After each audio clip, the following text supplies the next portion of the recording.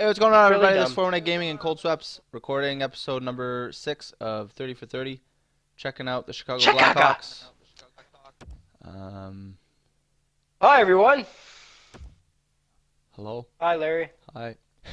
Are So, you ready? dude, Because I am am I ready? ready. Am I ready? Bruh. It's been years Born since ready. we recorded our last episode. Okay. So, So, obviously, now the season started, so, we're going to be talking a bit about how they're doing now as well, which we didn't do for the first 5 episodes. But again, like, there was no timetable for us to finish this, so yeah. let's jump right into it, kid. So they had a good year Okay. last year. So, they 27, finished 26. third in their division. Mhm. 103 points, which, in today's day and age, 100 points will get you in the playoffs for sure. Yep. Corey Crawford, I think he played 35 games. Or he went 18-5 or something like that. I don't know. He went 35, 18-4. Jesus. Something like that. Yeah. Which is pretty good. He had 35 dubs. I had him in my pool, That's I think. huge. Did I? I think I had. Did I? I don't even. I I don't even almost remember if talked. I had him on my pool. Um, yeah. So they actually got rid of a few players. They shed a few contracts. Yeah. They had to. Teravainen. They had no fucking. They had no room. It's true, and I mean and They that's had the zero thing. room. That's the thing with the rebuild, and that's what worries me about teams like Toronto. Like, you make such a nice, like a good job of drafting, and then the next thing you know, you got a bunch of heroes on your team. You got a bunch of heroes on your team that are gonna Sorry. want bigger contracts later on. So you kind of shoot Yeah. yourself in the foot. So you have to make the most of it in their prime, and make sure that you're winning games when all your players are still kind of young. Because, I mean, at one point, it makes no sense. And that's why the cap is, I find, like, as much as it makes sense to even out teams, I hate it. I don't like that there's Yeah. a cap. Like, it kind of ruins everything. So, yeah, they ended up getting rid of Teravainen. They got rid of Brian Bickle. They got rid of Andrew Shaw. They got rid of Andrew Ladd, who I'm not. Where did he end up going? He came from Winnipeg. Winnipeg and only stayed there for the year, so But where it did he wasn't end up really a going? whole loss for them. New York Islanders, sorry. Okay. Do you know how he's doing so far this year? Have you? I think he has a couple points. I think they really miss Okposo.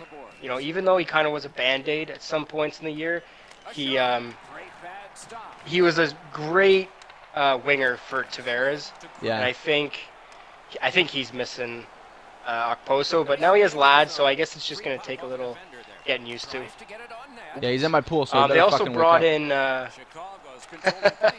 That's what we're gonna base this whole series now on, is if they're doing well in the pool. A nice poke. They brought in Brian Campbell for $1 million, who was the captain of Florida. That's pretty cheap, man. Can you believe that? That's pretty fucking That's cheap. really cheap. Yeah. He's a great veteran, and I think that's why.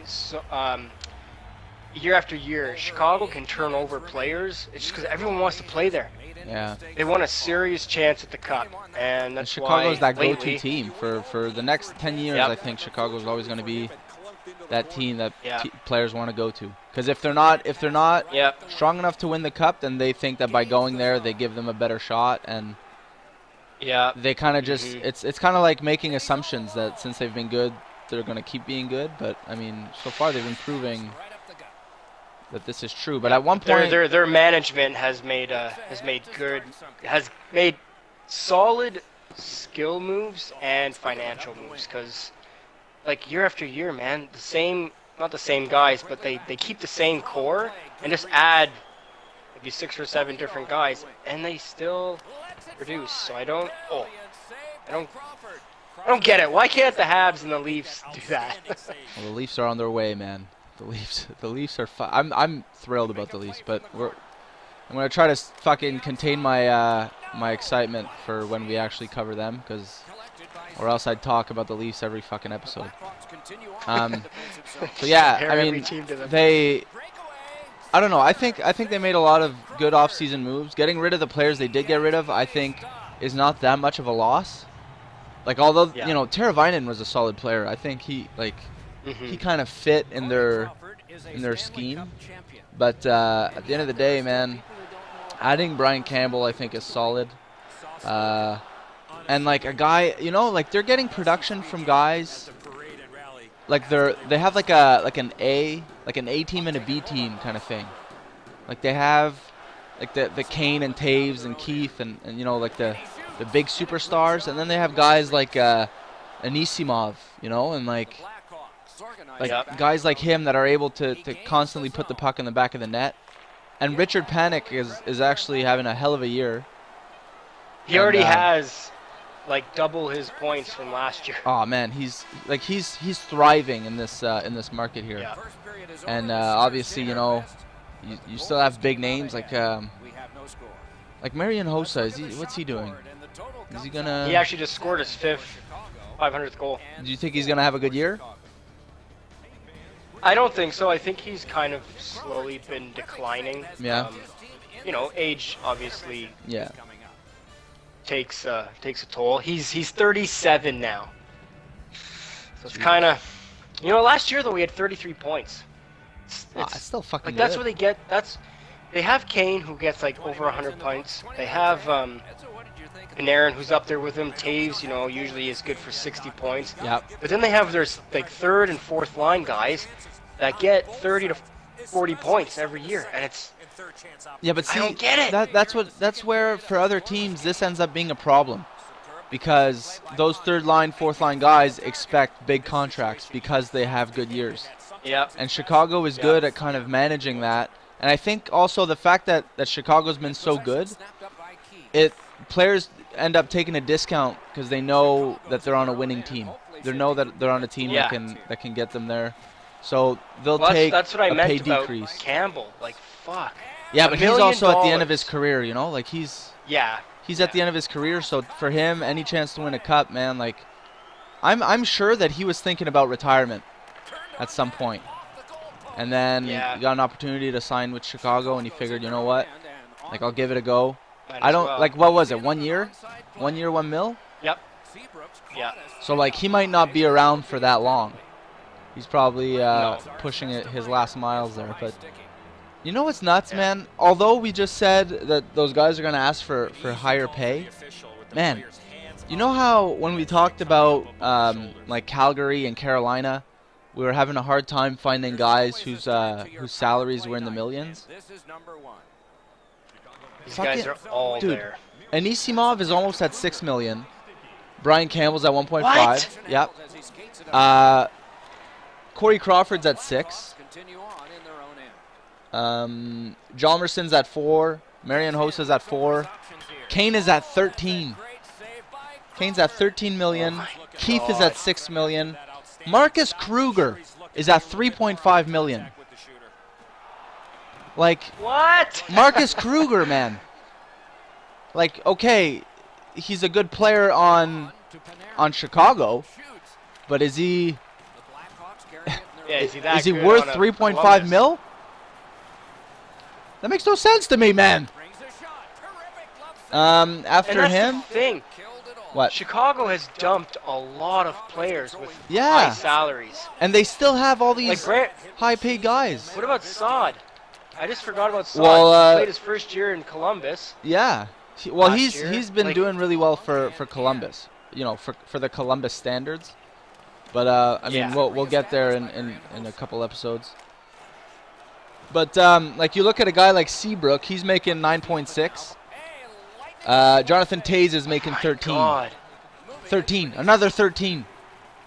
So all these players are making, you know, like nearly 10 million on average, all their top players. So they have like a full line of guys getting almost 10 million a year. And for some does reason, it say when? what? Does it say when Keith is done his contract? Because for Well, him to get only 6, exactly. and Seabrook is at 9, I'm assuming it's soon because that's he's only at crazy. 6, so he must be at the end of his first contract. But why knowing that you're gonna have to, you know, sign Keith to a new deal, why do you sign Kruger to 3.5? Like, why do you give him all that? Why do you give Anisimov 6? It was 6. Was Anisimov that was his contract beforehand, or did they sign him to that? I don't know.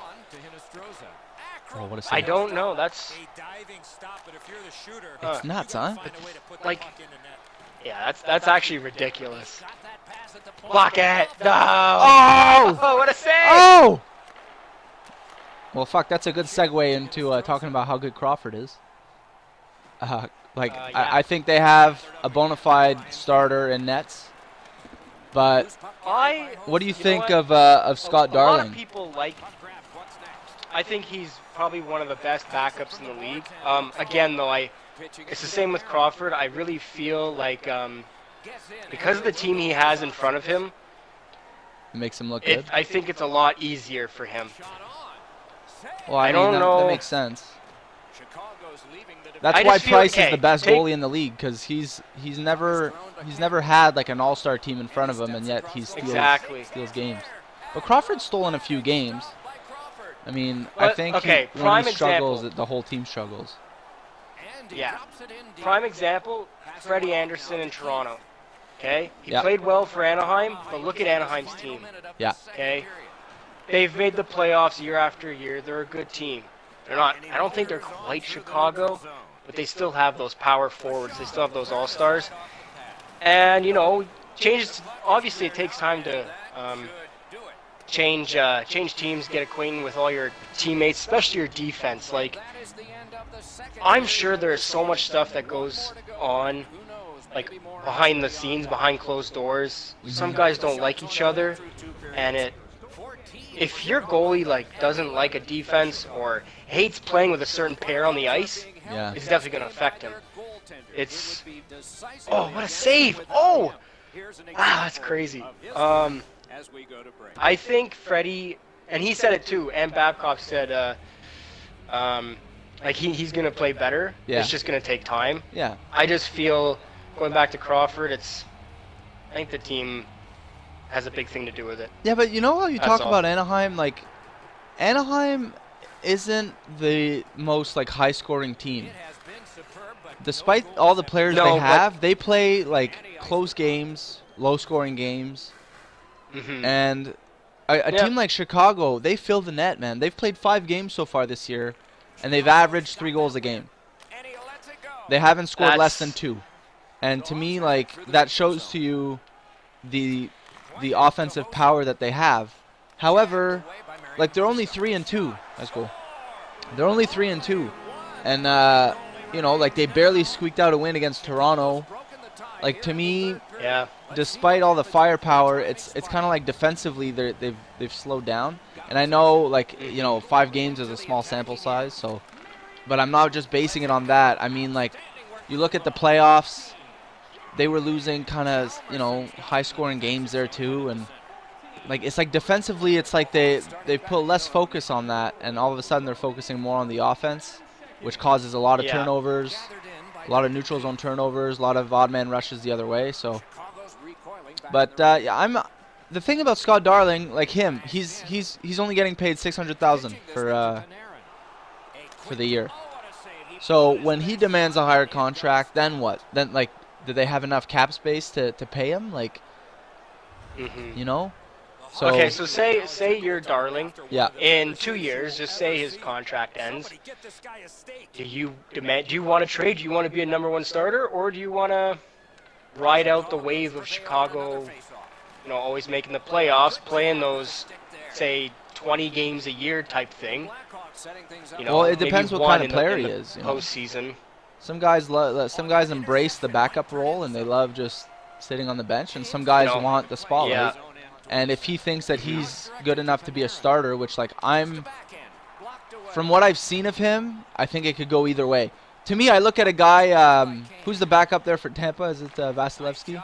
Vasilevsky. I look at a guy like Vasilevsky. To me, that's a starter in the league. A guy like Matt Murray, who came out of nowhere, and then won a Stanley Cup. he's also a bona fide starter. Like, he could be a starter for a team. Darling, like, let's say the Leafs would have traded for Darling instead of Anderson. How comfortable do you feel having Darling as your starter? You know, like you're saying that he's probably the best backup in the league, right? I wouldn't say best. I'd say he's up there. But again, but is he best as a backup, or do you think he's the type that could make the transition to a starter? Him personally. I don't think he can make the transition. I think it would take.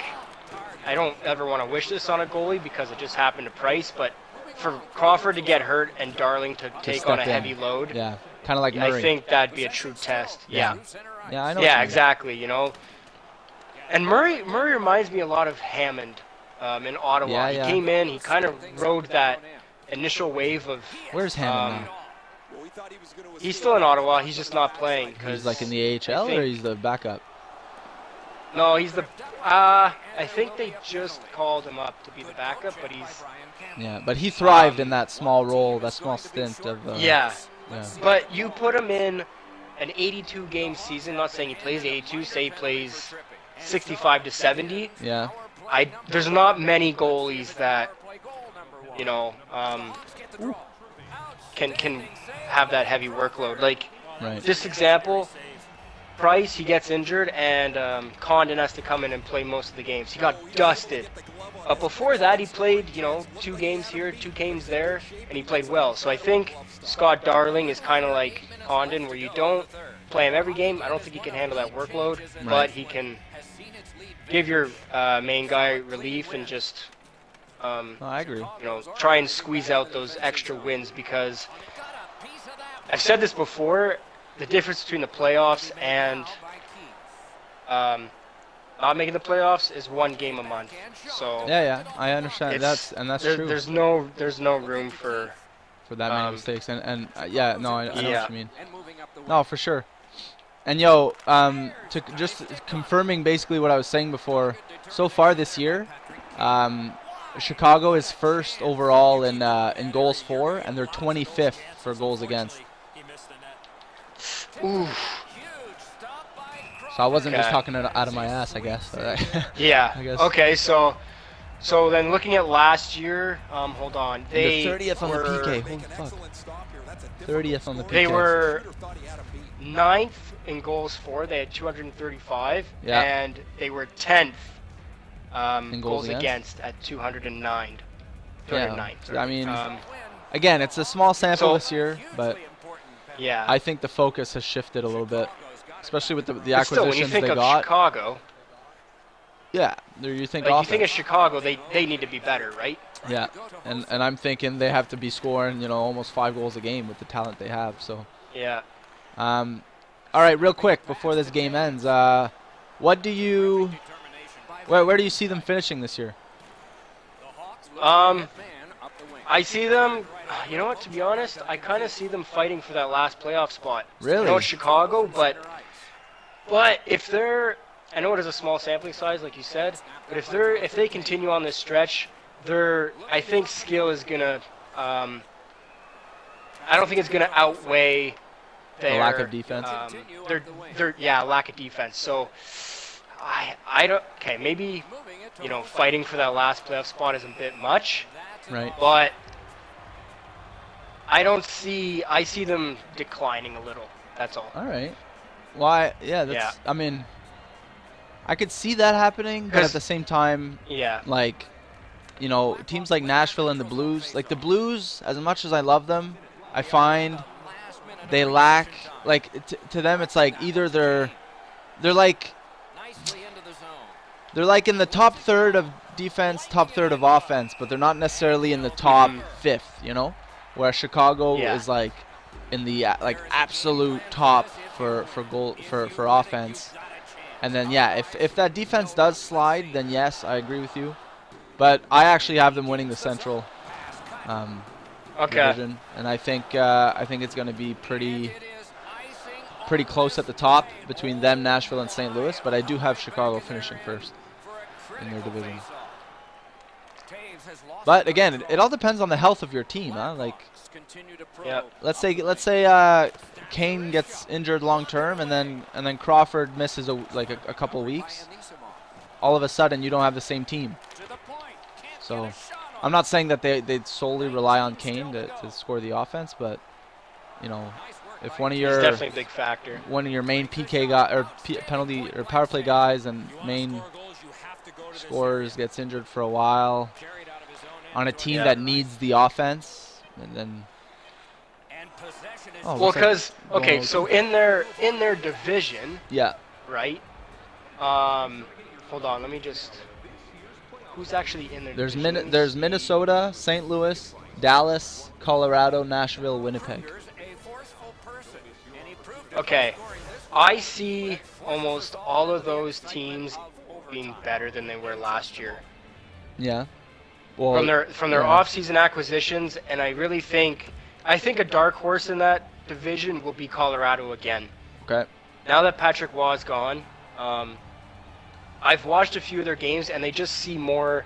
I just see more fluid skating and creativity. Whereas with Waugh, it was north-south, no east-west. I really like Duchesne's play lately.